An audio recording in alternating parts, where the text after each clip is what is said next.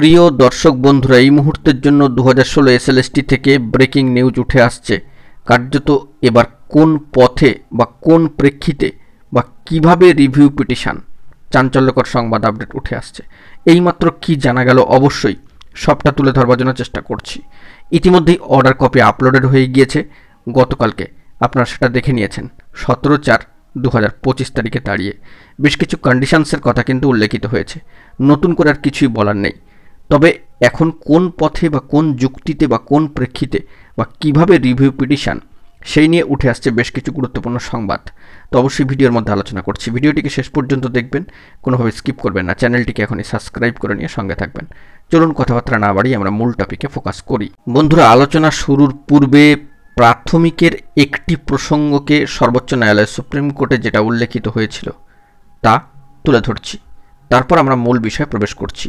জানিয়ে রাখি, প্রাথমিকের 2009-এর রিক্রুটমেন্টের ক্ষেত্রে কনসেন্ট দিয়ে দেওয়া, প্রাথমিকের ক্ষেত্রে এই কনসেন্টের ভিত্তিতে নিয়োগ কার্যত স্বীকার করে নেওয়া, কনসেন্ট দিয়ে দেওয়া। এই কনসেন্ট একবার দিয়ে দিলে সেটা কিন্তু আর ফেরানো যায় না। সম্মতি প্রকাশ করা, স্বীকার করে নেওয়া, কার্যত প্রাথমিকের 2009-এর নিয়োগ প্রসিডিওর কিন্তু এগিয়েছে কিছু কিছু জেলার ক্ষেত্রে। অবশ্য এখানে ব্যতিক্রম এখনও পর্যন্ত রয়েছে। প্রাথমিকে সাউথ 24 পরগনা 2009 রিক্রুটমেন্ট প্রসেস, এ বিষয়ে সর্বোচ্চ ন্যায়ালয় সুপ্রিম কোর্টে মামলা চলছে। 2016 এসএসসি এসএলএসটির গুরুত্বপূর্ণ গতকালকে যে এমএ অ্যাপ্লিকেশনের শুনানি ছিল, সেই সংক্রান্ত বিষয়ে পর্ষদের মামলায় এই প্রাথমিকের 2009-এর প্রসেসটাকে কিন্তু কনসেন্ট দেওয়ার বিষয়টিকে তুলে আনলাম। তো চলুন আমরা মূল টপিকে এবার ফোকাস করি, সেখানে গেলেই যাবতীয় বিষয়টি স্পষ্ট হয়ে যাবে। অবশ্যই এটা কিন্তু রিভিউ পিটিশন রিলেটেড বিষয়। বন্ধুরা, গতকালকে পর্ষদের মামলায় মিসলেনিয়াস অ্যাপ্লিকেশনে যে আবেদন ছিল, কার্যত আর্জি ছিল, সেই দিক থেকে দাঁড়িয়ে সর্বোচ্চ ন্যায়ালয় সুপ্রিম কোর্টের যে নির্দেশ এসছে, কার্যত সেটিকে মেনে নেওয়ার পরে 4টি কন্ডিশনস কিন্তু অর্ডার কপিতে একেবারে স্পষ্ট করে উল্লেখিত হয়েছে। এর পরবর্তী ক্ষেত্রে কোন প্রেক্ষিতে, কোন পথে বা কোন যুক্তিতে বা কিভাবে রিভিউ পিটিশন দাখিল হবে, সে নিয়ে কিন্তু সর্বত্রই একটা তোলপাড় চলছে। বন্ধুরা, এখানে বলে রাখা প্রয়োজন, ওই দিন সম্মানীয় প্রধান বিচারপতি মহাশয়, সম্মানীয় সঞ্জীব খান্না মহাশয় নতুন নিয়োগ প্রক্রিয়া শেষ করার জন্য 31শে ডিসেম্বরের সময়সীমা বেঁধে দিয়েছেন। পাশাপাশি আরও কিছু কন্ডিশনস কিন্তু এসছে। এই নিয়ে কিন্তু অবশ্যই মনে রাখতে হবে যে রাজ্য সরকার কী অবস্থান নিচ্ছেন।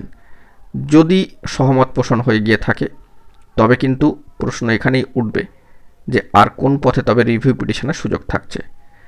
এই বিষয়ে অত্যন্ত গুরুত্বপূর্ণ যে বার্তা সম্মানীয় বিশিষ্ট আইনজীবী বিকাশ রঞ্জন ভট্টাচার্য মহাশয়, বর্ষিয়ান আইনজীবী, তার বক্তব্য, নিয়োগ প্রক্রিয়া নিয়ে রাজ্য সরকার যা বলেছেন মহামান্য আদালতে, তাতে তারা নিজেরাই রিভিউ পিটিশনের সব রাস্তা বন্ধ করে দিয়েছেন।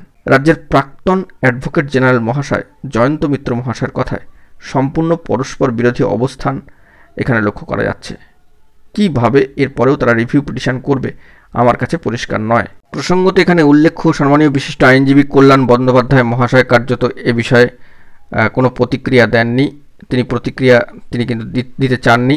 তবে যোগ্য চাকরিহারাদের মঞ্চের সম্মানীয় প্রতিনিধি মেহবুব মণ্ডল মহাশয় অবশ্য আশাবাদী। তিনি বলছেন, আমরা আইনজীবীদের সঙ্গে কথা বলেছি, মিসলেনিয়াস অ্যাপ্লিকেশনের সঙ্গে রিভিউ পিটিশনের কোনো বিরোধ নেই, এমনটাই বলা হচ্ছে।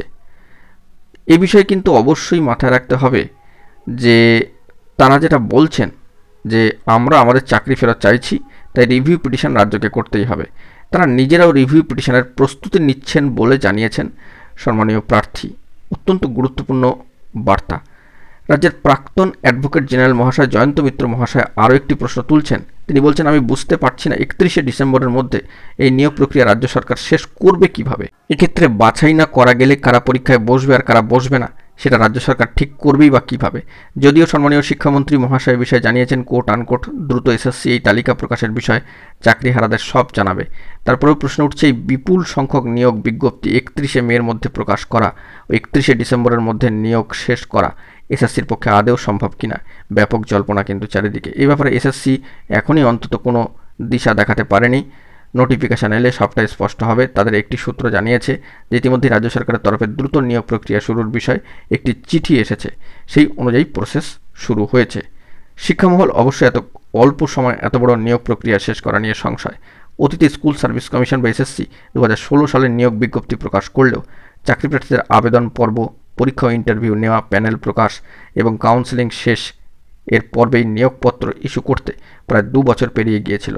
সেবার 4টি স্তর, নবম থেকে দশম, একাদশ থেকে দ্বাদশ, শিক্ষক নিয়োগ প্রসিডিওর, তারপর গ্রুপ সি এবং গ্রুপ ডি কর্মী। সব মিলিয়ে প্রায় 26 লক্ষ আবেদন করলেও পরীক্ষায় বসেছিলেন প্রায় 22 লক্ষ। সব মিলিয়ে বলতে গেলে এখন রিভিউ পিটিশন এবং বাকি জট কাটিয়ে উঠে কিভাবে স্টেপ বাই স্টেপ এগোনো হবে সেই নিয়ে কিন্তু কোনো আপডেট এখনও পর্যন্ত উঠে আসেনি। পরবর্তী ক্ষেত্রে যদি কোনো গুরুত্বপূর্ণ তথ্য উঠে আসে সবটাই তুলে ধরবো। এখন এটুকুই, ভালো থাকবেন, চ্যানেলটিকে অতি অবশ্যই সাবস্ক্রাইব করে নিয়ে সঙ্গে থাকবেন। ধন্যবাদ।